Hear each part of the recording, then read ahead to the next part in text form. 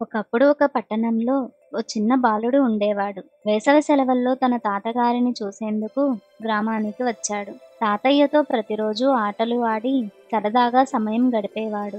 ఒకరోజు ఆ బాలుడు తాతగారితో, తాతయ్య, నేను పెద్దయ్యాక విజయం సాధించాలనుకుంటున్నాను. నన్ను విజయవంతుణ్ణి చేసే మార్గాలు చెప్పగలవా అని అడిగాడు. తాతయ్య నవ్వుతూ తల ఊపి బాలుడిని దగ్గర్లో ఉన్న ఒక నర్సరీకి తీసుకువెళ్ళాడు. నర్సరీలో నుంచి ఇద్దరూ కలిసి 2 చిన్న మొక్కలు కొనుగోలు చేసి తిరిగి ఇంటికి వచ్చారు. తాతయ్య ఒక మొక్కను పాట్లో నాటి ఇంట్లో ఉంచాడు.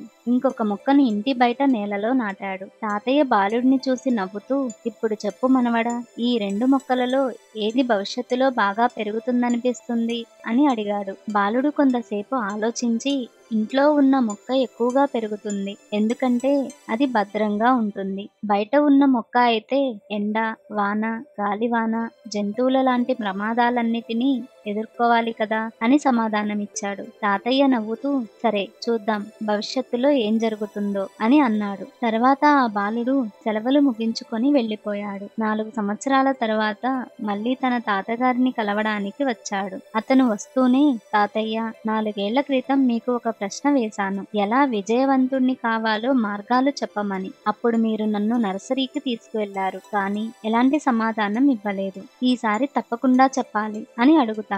తాతయ్య చిరునవ్వుతో, సరే, కానీ ముందుగా మనం 4 సంవత్సరాల క్రితం నాటిన మొక్కల దగ్గరకు వెళ్లి చూద్దాం అని అన్నాడు. మొదట తాతయ్య బాలుడిని ఇంట్లో ఉన్న మొక్క దగ్గరకు తీసుకువెళ్ళాడు. అది చిన్న మొక్క నుంచి కొంచెం పెద్ద మొక్కగా మారింది, కానీ చాలా బలహీనంగా ఉంది. పెరుగుదల తగ్గిపోయింది. తరువాత వారు బయట నాటిన మొక్క దగ్గరకు వెళ్లారు. అది ఇప్పుడు ఒక పెద్ద వృక్షంగా మారింది. దాని కొమ్మలు అన్ని వైపులా విస్తరించి దాని నీడలో నడిచే వారికి ఆశ్రయం ఇస్తోంది. ఇప్పుడు చెప్పు, ఏ మొక్క పెద్దదిగా బలంగా పెరిగింది అని తాతయ్య ప్రశ్నిస్తాడు. అప్పుడు బాలుడు, బయట నాటిన మొక్కే తాతయ్య, కానీ అది ఎలా సాధ్యమైంది? అది ఎండ, వాన, తుఫాను లాంటి ఎన్నో కష్టాలను ఎదుర్కొంది కదా అని ఆశ్చర్యంగా అడిగాడు. తాతయ్య చిరునవ్వుతో, అవును, అది అన్ని కష్టాలను ఎదుర్కొంది, కానీ ఆ కష్టాలే దాని వేర్లను బలంగా మార్చేశాయి. తుఫాన్లు వచ్చాయి, కుండపోత వర్షాలు పడ్డాయి, కానీ ఆ సమస్యల వల్ల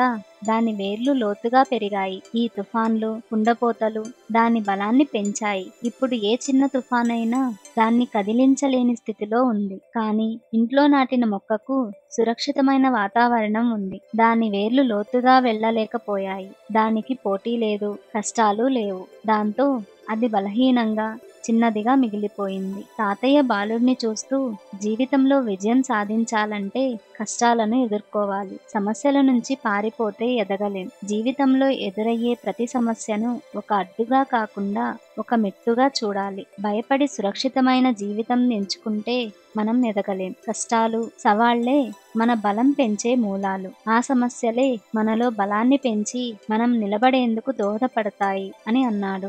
బాలుడు లోతుగా ఊపిరి తీసుకొని ఆ చెట్టు వైపు చూశాడు. తాతయ్య మాటలు అతని మనసులో ప్రతిధ్వనించాయి. జీవితంలో మనం ఎదుర్కొనే ప్రతి కష్టం మన ఎదుగుదలకు మార్గం. అవే మన బలానికి, విజయం వైపు పయనానికి మూల స్తంభాలవుతాయి.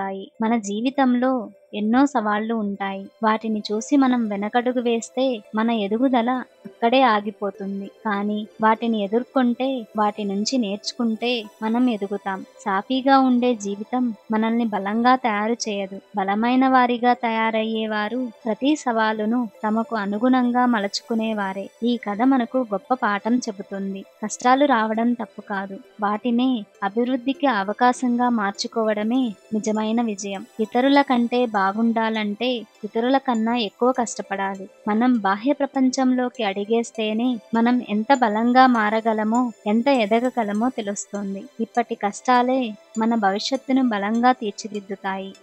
ఈ వీడియో కనుక మీకు నచ్చినట్లయితే వీడియోని లైక్ చేసి మీ అభిప్రాయాన్ని కామెంట్ రూపంలో తెలియజేయండి.